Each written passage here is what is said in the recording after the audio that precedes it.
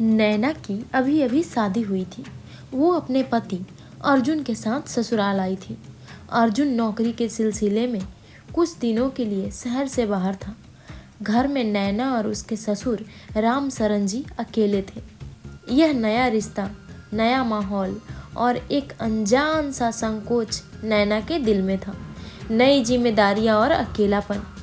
पहली बार ससुराल में अकेले रहते हुए नैना को हल्की बेचैनी महसूस हो रही थी। घर बड़ा था और सासू माँ कुछ दिनों के लिए अपनी बेटी के घर गई थी। राम सरन जी, जो करीब 55 साल के थे, बहुत ही शांत और गंभीर स्वभाव के व्यक्ति थे, जिन्होंने महसूस किया कि नैना थोड़ा असहज महसूस कर रही थी। बेटा, अगर कोई दिक्कत हो तो बेझिझक बता देना, राम सरन जी ने कहा।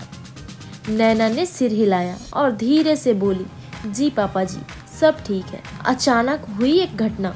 एक दिन नैना रसोई में खाना बना रही थी। अचानक उसका पैर फिसल गया और उसके हाथ से गरम दाल का भगोना गिरने लगा। तभी राम सरन जी ने तुरंत आगे बढ़कर उसका हाथ पकड़ लिया ताकि वह जलने से बच जाए। संभल कर बेटा, उन्होंने फिक्रमंद से लफ्ज़ में कहा।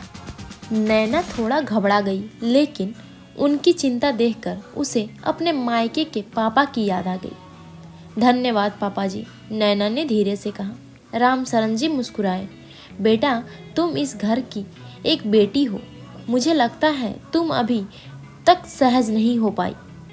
तुम्हें इस घर को अपना समझने में वक्त लगेगा, लेकिन घबराने की ज़रूरत नहीं है।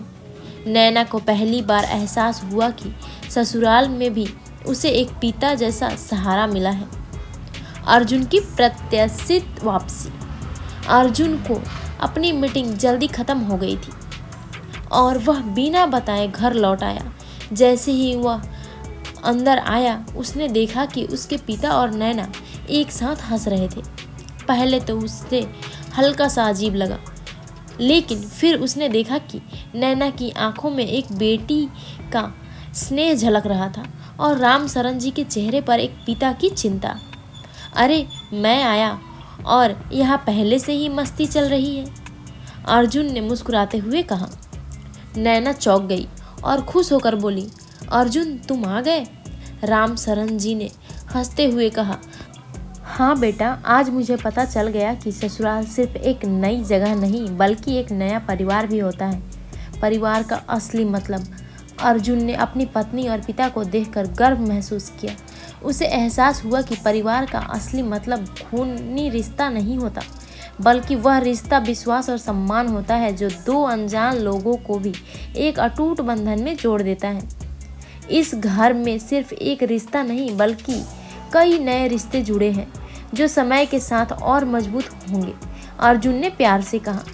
रिश्ते खून के नहीं बल्कि प्यार और सम्मान से बनते हैं। यह कहानी हमें सिखाती है कि जब हम एक नए रिश्तों को अपना लेते हैं और एक दूसरे पर विश्वास करते हैं तो वे और भी खूबसूरत बन जाते हैं। एक ससुर और बहू का रिश्ता भी पिता और बेटी जैसा हो सकता है अगर उसमें स्नेह और सम्मान हो।